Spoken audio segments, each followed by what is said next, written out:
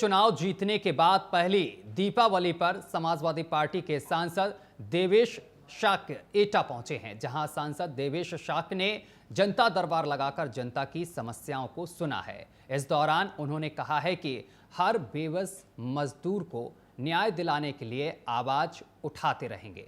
साथ ही उन्होंने कहा है कि अगले लोकसभा चुनाव तक कई विकास कार्य करने हैं। साथ ही आपको बताते चले कि इस दौरान उनका तमाम कार्यकर्ताओं ने भव्य स्वागत भी किया है। संसद का चुनाव जीतने के बाद पहली ही दिवाली पर एटा कासगंज सांसद यहाँ पर मौजूद हैं। इनसे हम बात करते हैं। आज इन्होंने जनता दरबार लगाया था, क्या कुछ लोगों की शिकायतें थी, क्या समस्याएं थी, उनको सुना था। सीधा हम इनसे बात करने का प्रयास करेंगे।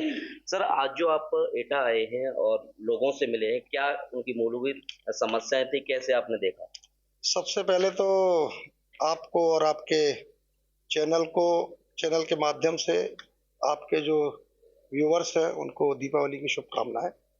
और आज दीपावली से पूर्व अपने कार्यकर्ताओं से मिलने और जनता की समस्या सुनने के लिए मैं आज एटा आया था और सब लोग आए, सबने अपनी अपनी बात रखी। मैंने जितना प्रयास था मैंने उन समस्याओं का निराकरण किया।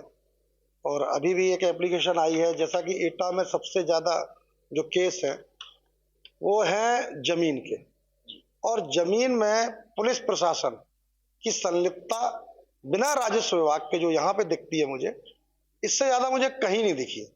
यहाँ पे इतने मामले हैं और इन मामलों को पुलिस प्रशासन द्वारा ही उलझाया जाता है, क्योंकि बिना किसी आदेश के, बिना किसी राजस्व के आदेश के पुलिस का रोल यहाँ बहुत रहता है।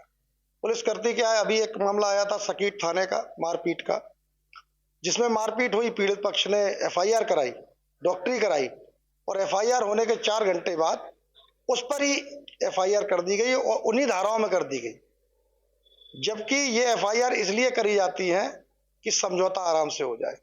अगर इस तरह की घटनाएं बार बार होंगी, अभी एक हमारे घटना एक पत्रकार जी के साथ हुई थी, तो उनके साथ भी यही हुआ, उनके ही साथ मारपीट हुई। उन्होंने जब मुकदमा लिखाया उसके चंद घंटों बाद एक मुकदमा उनके खिलाफ कागज कर दिया गया। मुझे लगता है कि कहीं ना कहीं दबाव बनाने के लिए ये सब किया जा रहा है। इसमें प्रशासन की जो मंशा है वो मुझे साफ नहीं दिख रही है, और ऐसे कई मामले मेरे साथ सामने आए हैं। और जब पीड़ित अपनी पीड़ा को लेकर अधिकारियों के पास जाता है तो उसे उचित न्याय नहीं मिल पा रहा है। यही समस्याएं मैं सुनकर लगातार अधिकारियों से बात कर रहा हूं, और जो भी ऐसे मामले हैं मैं उन पर मैं उन्हें न्याय दिलाने का काम कर रहा हूं। सर, जैसे एटा पुराना जिला है, उसके बावजूद भी विकास को लेकर बात की जाए तो पिछड़ा हुआ है। आप लगातार संसद में सवाल भी उठाते हैं इसको लेकर। प्रोटोकॉल जैसी आपकी बात हुई या कुछ और हुई, तो क्या कैसे देखें?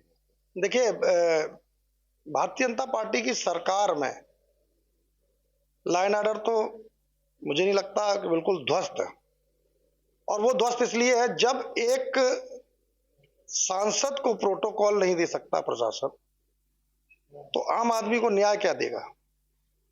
जब पत्रकार को न्याय नहीं मिल रहा है तो आम आदमी कहां न्याय के लिए सोच सकता है? और रही यहाँ के विकास की बात, मैं लगातार जो मेरा माध्यम है, जो मेरा स्तर है, जो मेरे कार्य क्षेत्र में आता है, मैं लगातार प्रस्ताव भिजवा रहा हूं और प्रयास करूंगा कि इस क्षेत्र को विकास से जोड़ा जाए, क्योंकि लगभग 15 सालों से एटा में विकास के नाम की कोई भी चीज ऐसी नहीं है जो भारतीय जनता पार्टी ने एटा कासगंज जनपद को दी हो। आज तक के 15 साल का मैं बता रहा हूं। मेरा प्रयास रहेगा कि अगले 5 साल बाद जब चुनाव आए तो मेरे पास विकास गिनाने के लिए शब्द हो, मैंने क्या काम करे वो बताने के लिए शब्द हो, और मैं उसी पे निरंतर काम कर रहा हूं। अभी हमारे साथ मौजूद थे एटा कासगंज सांसद देवेश शाक, जो कि इन्होंने आज एटा में आकर के जन समस्याओं को सुना, और जो सकीट थाने की बात की जाए या अन्य जगह की बात की जाए, उन समस्याओं को सुना और प्रशासन तक ले जाने का, प्रशासन के सामने बात रखने की भी बात कही है। एटा से प्राइम न्यूज के लिए देवेंद्र कुमार।